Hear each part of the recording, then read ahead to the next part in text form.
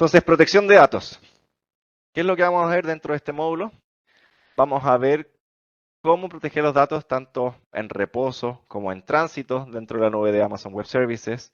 Vamos a ver los distintos mecanismos de protección para encriptar la información, cómo es en particular la protección dentro de Amazon S3, qué herramientas podemos usar, por ejemplo, como Amazon Macie para encontrar información sensible dentro de nuestra organización. Y luego vamos a presentar AWS Wicker, que es una herramienta particular para videocomunicaciones de forma segura. Primero, un gran disclaimer con respecto a protección de los datos. Cuando ustedes suben un dato a la nube, el dato es suyo. Ustedes son los dueños de ese dato, ustedes controlan quién tiene acceso a ese dato y ustedes tienen todas las herramientas necesarias para controlar la trazabilidad de quién ha usado ese dato en cualquier momento de su ciclo de vida. Ese dato es suyo y ustedes tienen el control, y AWS es extremadamente estricto en esto. Ustedes deciden también en qué zona geográfica se ubica este dato, y AWS nunca bajo ninguna circunstancia va a mover su dato de esa zona geográfica. Ustedes tienen que ser los que gestionen el movimiento de ese dato. Por ejemplo, para un disaster recovery, ustedes son responsables de replicar ese dato a otra región. Cuando hablamos de protección de datos, una de las primeras conversaciones surge al tema de la encriptación, que tiene dos variantes, lo que se llama encriptación en reposo y encriptación en tránsito. En reposo significa que una vez que yo guardé un dato, digamos el número de mi tarjeta de crédito, lo guardé dentro de alguna base de datos. Yo quiero que en el disco duro en donde se almacene eso, si es que alguien llega a robarse ese disco duro, no pueda ver la información. Entonces yo quiero que al momento de guardar esa información dentro de un disco duro, se encripte. Eso se conoce como encriptación en reposo. Por el otro lado, cuando nosotros estamos interactuando, por ejemplo, con nuestro banco o con algún e-commerce y nos pide ponga su número de tarjeta de crédito, nosotros vamos a tipear nuestro número de tarjeta de crédito. Ese número de tarjeta de crédito va a viajar por internet hasta el servidor del banco o del e-commerce para realizar cierta actividad.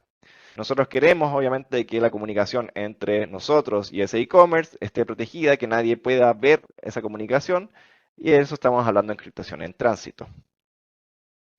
En el caso de AWS, nuestros servicios presentan múltiples formas de implementar esto lo más sencillo posible. Por ejemplo, acá tenemos el ejemplo de Amazon RDS, nuestro servicio de base de datos relacionales, en donde habilitar la encriptación en reposo es tan solo como apretar un clic en un checkbox que dice habilitar encriptación en reposo y cuál es la llave de encriptación que yo quiero usar para eso. Por otro lado, similarmente, muchos de nuestros servicios, en este caso es el mismo caso de una base de datos relacional, queremos forzar y asegurarnos que la comunicación hacia la base de datos, por ejemplo, vaya encriptada. En el caso, por ejemplo, de Aurora, Postgres, nos provee un parámetro que es el rds.forceSSL, que nosotros cambiando este parámetro a 1, la base de datos deshabilita todo lo que es las llamadas sin encriptación a la base de datos y fuerza que todos los usuarios usen encriptación en tránsito. Ahora bien, hay un gran tema que es cuáles son esas llaves de encriptación. ¿Dónde guardo esas llaves de encriptación que son un secreto que tienen que ser guardados extremadamente bien? Para eso la industria inventó lo que se llaman los HCMs o Hardware Security Modes, que son dispositivos físicos diseñados para almacenar información criptográfica sensible, como las llaves de encriptación, de una manera que no puedan ser sacados de allá adentro de ninguna manera, que si alguien trata de abrir esa caja, la caja un poco a los James Bond explota y no puede sacarse esa información. Y se autodestruye en caso de que se trate de hacer algún tampering dentro de ese dispositivo. En el caso de AWS, nosotros ofrecemos 3 servicios que están respaldados por HCM por debajo. Está AWS KMS o Key Management Service, que es el servicio predilecto que usan nuestros usuarios para realizar encriptación, desencriptación y otras actividades de forma simple. Las virtudes que tiene este servicio es que ustedes interactúan esto como si fuera API, una llamada HTTP en donde ustedes dicen HTTP KMS/encrypt, pasan cuál es la cosa que quieren encriptar, pasan el ID de la llave privada de encriptación que quieren usar y lo usan. Y AWS se encarga de todo lo que tiene que ver con la escalabilidad, con la resiliencia, con que esto esté en múltiples zonas de disponibilidad, etc. Proveyéndole a ustedes una funcionalidad extremadamente sencilla. Por otro lado tenemos AWS Cloud HCM, que es un servicio que nos permite tener una experiencia bastante similar a lo que sería un HCM on-premise, en donde se nos monta algo así como una instancia de Amazon S2, en donde nosotros podemos interactuar como si fuera un HCM tradicional con las librerías PKCE o JCE, no mediante API, sino con las librerías que interactúan con HCM tradicionales, y donde yo me hago responsable sobre la escalabilidad y la alta disponibilidad de esa solución, y yo tengo que decir, tengo 2 copias de esto, quizás viene un Cyber Day, tengo que crear una tercera porque voy a recibir más flujo de encriptación, etcétera. Ambos de estos dos servicios son certificados FIPS 140-2 nivel 3 y además ambos dos son PCI DSS, lo cual significa que ambos servicios pueden ser usados, por ejemplo, para tokenizar tarjetas de crédito. Por otro lado, tenemos un servicio lanzado aproximadamente hace 14 meses que es AWS Payment Cryptography. Este es un servicio destinado al ecosistema de pagos de tarjetas de crédito y de débito relacionado con las marcas Visa, Mastercard y American Express, en donde este servicio principalmente tiene la gracia que es PCI PIN compliant, point-to-point encryption, DSS y 3DS, que son estándares requeridos por la industria de pago, que vamos a ver más a continuación, que también tiene la gracia que se provee como servicio gestionado, en donde AWS se encarga de la escalabilidad, de la resiliencia, de la disponibilidad de este servicio. Alternativamente, ustedes pueden guardar sus llaves en algún Hardware Security Mode en sus propios data centers, pero ahí siempre les ponemos mucho cuidado con la latencia. Si es que están encriptando cosas en la nube con un HCM que está on-premise, cada operación de encriptación tiene que viajar por la red y ustedes tienen que hacerse cargo de esa latencia y de la estabilidad de ese enlace, por ejemplo, entre otras cosas. Adicionalmente, nuestros socios comerciales, por ejemplo, FutureX presenta soluciones de HCM como servicio dentro de nuestro AWS Marketplace, los cuales ustedes pueden acceder. Pasando a hilar más fino sobre KMS. KMS, además de ser un servicio que ustedes pueden usar como API, es un servicio que viene ya integrado en gran diversidad de servicios de AWS, como los discos de Amazon EBS, Elastic Block Storage, de Amazon S3, de RDS, de Redshift, en donde literalmente con un clic, un toggle, como lo vimos anteriormente, ustedes pueden habilitar la encriptación en reposo de todos estos recursos. Por ejemplo, de las bases de datos, como los buckets de Amazon S3, como los discos duros de Amazon EBS. Entonces, esto hace que sea extremadamente sencillo para ustedes habilitar este tipo de controles de encriptación en reposo sin impacto en performance dentro de sus aplicaciones. Por defecto, este es un poco el camino más tradicional de KMS, en donde ustedes tienen servicios como Amazon S3, como Amazon RDS, que usan el servicio de KMS para encriptar las llaves y que la llave se guarda dentro del mismo KMS. KMS es el que por detrás un HCM que se carga de guardar su llave y que nunca puede salir de ahí. Sin embargo, existen variantes de esta arquitectura. Por ejemplo, distintas soluciones que ustedes pueden implementar, como quieren implementar un firmado de JWT ustedes in-house, llamando a funciones de encriptar o firmas de mensaje, lo pueden usar, consumir KMS como APIs, o también algunos otros productos que ustedes adquieran de nuestros socios comerciales se pueden integrar directamente con KMS. Las llaves de KMS por defecto se generan y ustedes nunca las ven, pero KMS también tiene la funcionalidad de importar llaves, en donde ustedes se traen llaves que tengan existentes en algún HCM o en algún otro lugar que tengan hoy en día y pueden importar esa llave hacia KMS. Adicionalmente, el almacenamiento de estas llaves puede ser hecho en distintos lugares. KMS permite actuar como puerta de entrada para Cloud HCM, por ejemplo, en donde ustedes interactúan con APIs, con KMS, y luego KMS interactúa con las librerías PKCS, JCE, con Cloud HCM para que su llave de encriptación quede finalmente guardada dentro de Cloud HCM y no dentro de KMS. O bien, también hay una funcionalidad de External Key Storage, en donde si ustedes tienen un HCM on-premise, por ejemplo, también pueden usar a KMS como puerta de entrada para que ustedes lo consuman como API y él derive la llamada hacia su HCM que ustedes pueden tener on-premise, siempre poniendo precaución en lo que va a ser la latencia y la resiliencia de ese enlace que van a tener ustedes y la escalabilidad de ese HCM on-premise. En el caso de las llaves de KMS, existen tres tipos de llaves, y esta es pregunta clásica de la certificación de seguridad de AWS.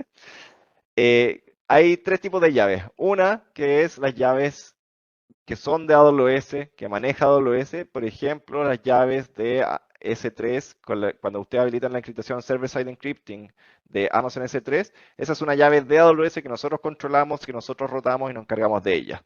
Que no tiene un SLA de cuándo va a ser rotada, no tenemos ningún SLA de que esa llave va a ser rotada al menos una vez al año, que suele ser algún motivo para las empresas que tengan controles de rotación una vez al año, de decir, quizás esto no es suficiente para mí. La gran ventaja que tienen estas llaves es que son gratuitas. Por otro lado, tenemos las llaves que son de KMS ya, que son las llaves manejadas, en donde nosotros creamos para cada servicio automáticamente una llave. Hay una llave para S3, una llave para RDS, una llave para Redshift, etc. Y estas llaves vienen para integrarse fácilmente con políticas, por ejemplo, de rotación anual, de manera de hacer cumplir con todas las normativas que ustedes, con las normativas de rotación anual, pero se agrega una capa de costo, en donde hay, por cada vez que se usen estas llaves para encriptar o desencriptar cosas, se agrega un pequeño delta por esa operación criptográfica. Por otro lado, ustedes además pueden crear sus propias llaves de encriptación que ustedes controlan su ciclo de vida. Es lo que nosotros le llamamos las Customer Managed Keys, o llaves manejadas por ustedes, en donde ustedes configuran cada cuánto se rota esa llave. Hay un cobro por cada una de las llaves. Cada vez que crea una llave, por ejemplo, vale $1 mensual tener esa llave guardada. Ustedes controlan si la quieren borrar, no la quieren borrar, la quieren deshabilitar, quién tiene acceso a esas llaves, y ustedes tienen el control más fino y granular a la hora de usar eso. Además, les permite compartir estas llaves entre distintas cuentas. Las llaves manejadas por AWS son y pertenecen a una cuenta de AWS, y dos cuentas distintas tienen distintas llaves manejadas, por si acaso. Acá vamos a ver una pequeña demostración de KMS. Este es el servicio en donde, por ejemplo, queremos crear una nueva llave. Primero nos pregunta si una llave es simétrica o asimétrica, para encriptar, desencriptar o para firmar HMAC. Si queremos usarla para firma o para hacer un Key Agreement. Y cada vez que nosotros seleccionemos estas opciones, vamos a poder decidir, por ejemplo, si queremos que KMS cree una nueva llave, quiero importarla o quiero que sea almacenada en otra parte. Además, ya se voy a tener ahí, hay una funcionalidad relativamente nueva de KMS que permite que ustedes repliquen sus llaves a distintas regiones para poder tener resiliencia en caso de un Disaster Recovery Plan. Porque si ustedes encan algo con una llave y llevan esa misma cosa encriptada a la segunda región, necesitan tener esa llave disponible en la segunda región para poder abrir ese algo que tengan encriptado. Ustedes le dan alias a la llave, que es básicamente un nombre amigable, la cual pueden usar e identificarla fácilmente. Definen quiénes son los administradores, que son los que tienen permiso para modificar quién puede usar la llave y cómo la puede usar. Quién la puede borrar también son los administradores.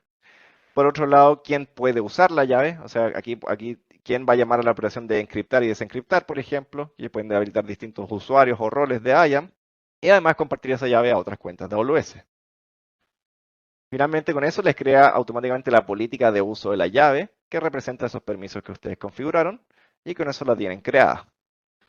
Ahora, si nosotros quisiéramos usar esta llave, por ejemplo, dentro de Amazon S3, podríamos ir dentro de un bucket de Amazon S3, ir a la sección de propiedades, y en propiedades modificar los seteos de encriptación. Si se fijan, acá está encriptando con SSE S3, eso significa con la llave que es de AWS. Y aquí es donde yo puedo cambiar, por ejemplo, a que use a una llave de KMS. Y aquí yo le puedo decir, ¿sabes qué? Este bucket, todos los archivos van a usar la llave que yo acabo de crear, que yo tengo total control de esta llave y su rotación. Con eso la pueden habilitar para dejarla como llave por defecto para ese bucket de Amazon S3. Cuando ustedes suban un nuevo archivo, aquí vamos a hacer el ejercicio de subir un archivo que se llama cognito.pdf, ustedes pueden decidir cuando se sube un archivo qué llave de encriptación va a usar. Ustedes pueden un poco sobreescribir. Por defecto, lo que le va a sugerir esto es usen la llave del bucket, pero ustedes pueden decir, ¿sabes qué? Este archivo en particular que yo estoy subiendo entre buckets de S3, le voy a usar otra llave. Para que tengan claridad que no necesariamente todos los archivos dentro de un bucket de Amazon S3 van a estar usando la misma llave. Si yo no pongo esa configuración, por defecto va a tomar la llave de encriptación por defecto del bucket de Amazon S3 y cuando yo vaya a ver las propiedades de este bucket, va a salir que está usando la llave que yo le configuré de SCKMS y cuál es el identificador de la llave.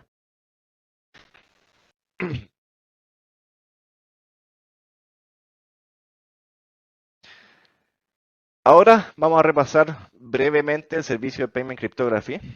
Como les mencioné anteriormente, Payment Cryptography es un servicio de nicho para lo que es el mercado de particularmente tarjetas de crédito y de débito de la industria de pagos, en la industria financiera. ¿Qué es lo que nos ayuda a hacer? Es a hacer operaciones criptográficas típicamente reservadas para lo que se conoce como un Payment HCM o un Hardware Security Module de pagos, como por ejemplo hacer lo que son las traducciones de un PIN Block Translation. Básicamente cuando yo compro una tarjeta de crédito, yo puse mi PIN, que es 1, 2, 3, 4, eso sale del POS y va al gateway de pago, el gateway de pago lo recibe encriptado, lo tiene que reencriptar para mandárselo al adquiriente, esa es una traducción de una PIN Block Translation que tiene que hacer el gateway, luego el adquiriente tiene que hacer lo mismo para pasárselo a la red de tarjetas, luego la tarjeta tiene que hacer lo mismo para pasárselo al emisor, andar desencriptando y reencriptando el PIN de una forma criptográficamente segura. Y luego el emisor tiene que hacer varias actividades. Por ejemplo, tiene que validar que el PIN que yo puse fuera el correcto o que el CBB que estoy comprando una tarjeta de e-commerce fuera el correcto. Y todo ese ecosistema de operaciones criptográficas, el ecosistema de pago, la realiza Payment Cryptography.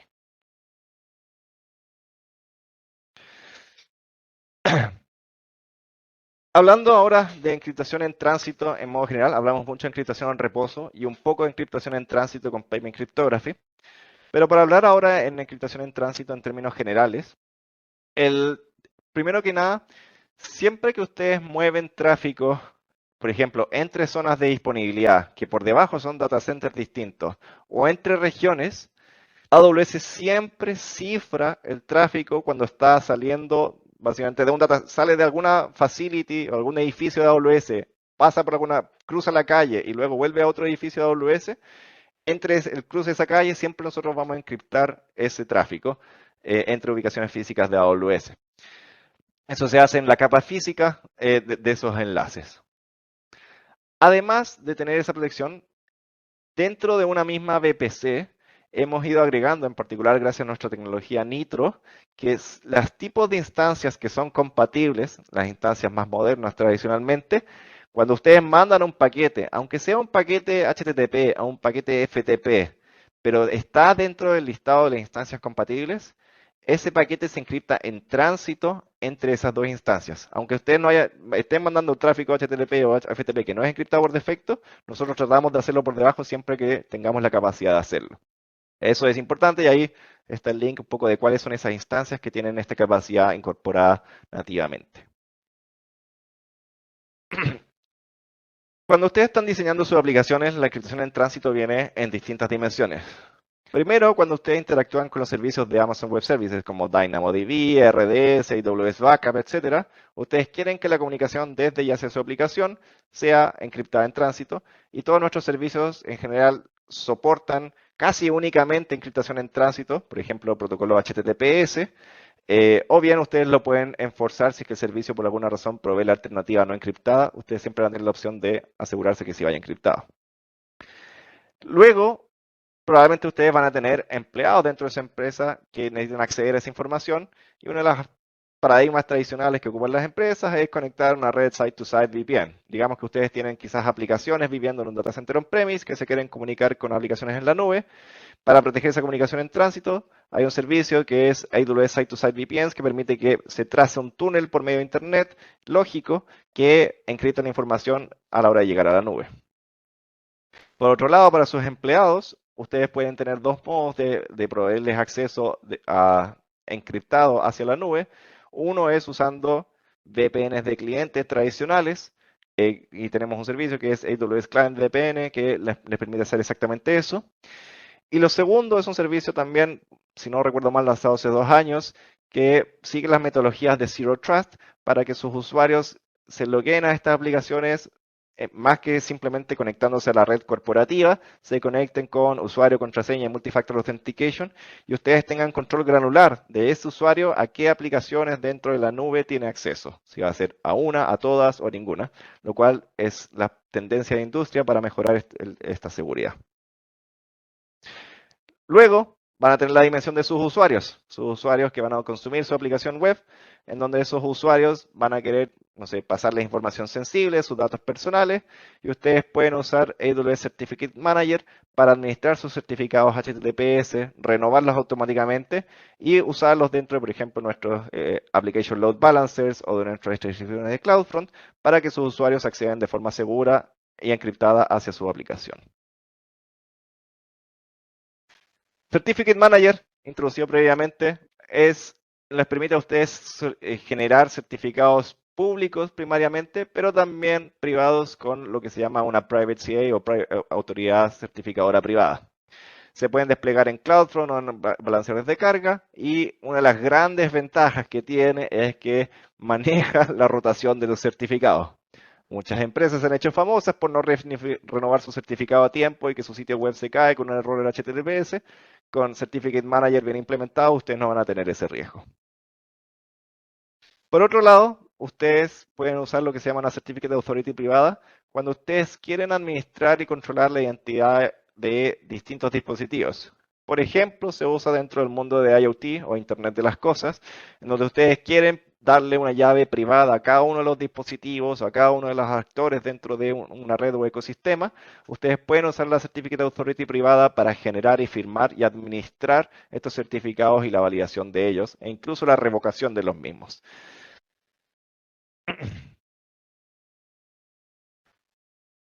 Pasando al tema de Amazon S3. Amazon S3 es donde la gran mayoría de las empresas van a almacenar una fracción, me atrevería a decir, sobre el 50% de su información va a terminar viviendo sobre Amazon S3.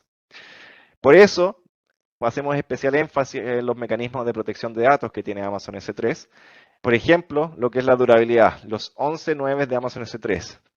Cuando ustedes suben un archivo a Amazon S3, ese archivo tiene 6 copias repartidas a lo largo de 3 zonas de disponibilidad, de manera de hacer casi virtualmente imposible que se pueda perder esa información. Tiene, como vimos en la demostración, capacidades de encriptación en reposo. Tiene logs de auditoría tanto para las actividades de plano de control como las de plano de datos. Por ejemplo, si quieren saber quién creó o borró buckets de S3, lo pueden ver. Pero incluso quien descargó esos archivos, también se pueden habilitar esos logs de auditoría. Dentro de lo que es el contexto de ransomware en particularmente, trae características muy importantes de protección contra borrado. Si ustedes quieren guardar su respaldo dentro de Amazon S3, pueden activar que para borrar cierto archivo o cierto respaldo se requiere incluso multifactor authentication, o que simple y llanamente no se puede hacer, ni aunque ustedes sean la cuenta root, el dueño, el gerente general de su empresa, se puede habilitar un chequeo que incluso ni él pueda borrar esa información. También recientemente se lanzaron funcionalidades para prohibir por defecto que los buckets se pongan expuestos hacia Internet para evitar el riesgo de errores en configuración que terminen generando exfiltraciones de datos. Y trae múltiples integraciones, como por ejemplo Amazon Event Bridge para gatillar eventos cada vez que suceda algún archivo. Un caso clásico, subí un archivo y quiero gatillar un post-procesamiento de ese archivo, trae integraciones nativas que permiten hacer eso de forma sencilla con Event Bridge, con Lambda, Simple Queue Service y Simple Notification Service. Y como ustedes van a almacenar grandes volúmenes de información dentro de Amazon S3, para las empresas grandes se vuelve un desafío poder encontrar y listar dónde está eso. En particular, a medida que las leyes de protecciones de datos se van poniendo más rigurosas dentro de distintos países y nos piden, por ejemplo, asegurar la anonimización de información o que está protegida o que no tenemos riesgo de filtración de datos, se hace importante tener una forma central de administrar y revisar la información que nosotros tenemos. Amazon Maze es esa herramienta que nos permite, incluso a nivel organizacional, inspeccionar todos los buckets de S3 que tenemos dentro de nuestra organización para encontrar información sensible. Información sensible, vamos a ver un poco después cuáles son los tipos soportados, pero nos permite primero que nada tener un inventario de todos los buckets que tenemos, cuáles son las configuraciones de esos buckets, cuáles están encriptando en reposo, cuáles no, con qué tipo de llaves se están usando. Nos permite que esto se habilite a nivel central, a nivel de organización, y nos permite nuevamente por medio de Security Hub y Event Bridge automatizar, por ejemplo, respuestas frente a incidentes. En el caso de que alguien suba información sensible dentro de un bucket que quizás está marcado como público, automáticamente tomar ese archivo, sacarlo de ahí y moverlo dentro de un bucket de procesamiento, de revisión por el equipo forense.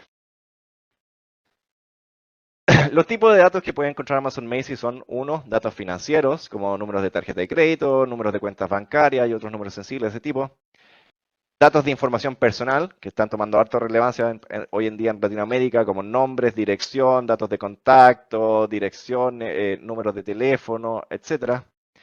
Identificadores nacionales, como licencias de conducir, como el número de seguridad social de Estados Unidos, datos médicos. Por otro lado, también tiene secretos. Si ustedes están guardando access keys y secret keys y API keys de distintos proveedores dentro de Amazon S3, también esto ayuda a descubrir dónde están guardadas esa información. Y por último, ustedes tienen la potestad de generar vía expresiones regulares patrones customizados de detección para Amazon Macy. Si ustedes quieren buscar dónde está escrita la palabra proyecto unicornio, que es su proyecto secreto de su empresa, pueden generar una expresión regular que busque la palabra proyecto unicornio a lo largo de sus buckets de S3 y encontrarlo. Soporta nativamente formatos de texto, de documentos, de email, de big data y comprimidos. Cuando ustedes usan Amazon Macy, tienen dos modos tradicionales de usar esto. Ustedes pueden programar un escaneo y decir, quiero escanear estos 5 buckets, todos los buckets, quiero escanear el 100% de esos buckets, quiero escanear el 50% de esos buckets, y lo quiero escanear quizás todos los días, todos los meses, toda la semana, o lo quiero a escanear ahora y solamente ahora, y lo voy a hacer yo manualmente una vez al quarter. Ustedes tienen un poco lo que es el escaneo programado. Y la segunda funcionalidad es lo que es descubrimiento automático, que es un monitoreo constante en el tiempo que está corriendo Amazon Macy, que va haciendo un muestreo inteligente de los archivos que ustedes tienen guardados dentro de Amazon S3 para hacer una detección lo más costo efectiva posible. Entendiéndolo en términos sencillos, por ejemplo, si ustedes tienen 100 archivos CSV que más o menos tienen la misma nombre y la misma estructura, probablemente Amazon Macy va a decidir escanear 5 de ellos y no escanear los otros 95, entendiendo que son más o menos los mismos archivos que deberían tener más o menos la misma información. Lo cual permite hacer un escaneo masivo a menor costo que quizás los escaneos programados, que son mucho más comprensivos y recorren toda la información o lo que nosotros configuremos, pero que por recorrer harto volumen de información quizás puede tener un costo mayor. Por último, dejo este pequeño anexo. Muchas veces a mí me han preguntado, oye, ¿y cómo escaneo data sensible dentro de la base de datos? Amazon Macy no tiene un conector directo que se conecte a tus bases de datos relacionales. Sin embargo, las bases de datos relacionales de AWS tienen una funcionalidad de exportar datos hacia Amazon S3, en donde genera, por ejemplo, archivos Parquet con toda la información de tu base de datos, y luego tú puedes usar Amazon Macy para escanear ese archivo exportado. Y lo que estás haciendo efectivamente es escanear toda la información sensible dentro de tu base de datos. Acá tenemos una pequeña demostración de Amazon Macy, en donde nos da un dashboard listando los distintos buckets que tenemos en nuestras cuentas.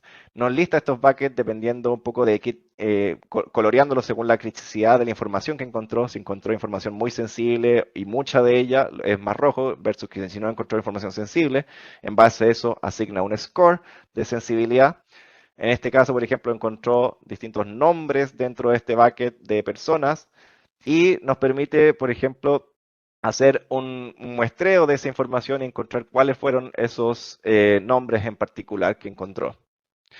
También tenemos la ventana de hallazgos que nos permite ver todos los hallazgos indistintamente de qué buckets y con qué severidad vienen, si es que son data muy sensible o no. Nos permite ver cuál bucket de C3, en qué recurso lo encontró, si era un CSV o no era un CSV. En este caso me dice que en este de severidad alta encontró tarjetas de crédito, encontró direcciones, fechas de nacimiento y otros tipos de datos sensibles. Nos dice cuál es el archivo que encontró y además nos permite usar la funcionalidad de revisar muestreo para ver cuáles son efectivamente esos datos que encontró. Esto es una funcionalidad que ustedes tienen que configurar independientemente, pero les permite a ustedes hacer ese troubleshooting rápido de, a ver, ¿qué tenía este archivo? apretando ese botón, esperando unos segundos, esto les muestra, mira, estos son los nombres que encontré, estos son los números de teléfono que encontré dentro de este archivo, de manera que ustedes puedan rápidamente juzgar el hallazgo que encontró Amazon Macy. Por cierto, vi una pregunta en el chat, no puedo ver el chat ahora, y háganlas por Slido, que está dentro del chat el link para hacer las preguntas oficiales. Por último, para finalizar, tenemos la herramienta de AWS Wicker. Wicker es una herramienta de comunicaciones. Piensen en un Zoom, en un Teams, en un Google Meet, pero hecho con los más altos estándares criptográficos y de seguridad para asegurar que la información que se maneja ahí no sea vulnerada. Que esto es necesario para las organizaciones gubernamentales, militares o incluso empresariales que tengan altos grados de manejo de información confidencial para poder tener interacciones que cumplan en particular lo que es el protocolo de cifrado avanzado end-to-end, que es algo que cumple AWS Wicker. Ideal básicamente para intercambiar secretos de alto nivel de confidencialidad, para hacer war rooms en donde solucionan las cosas y de repente en los war rooms se muestran contraseñas, se muestran distintas cosas para acelerar la resolución de algunos incidentes y es importante que esa información esté debidamente salvaguardada correctamente.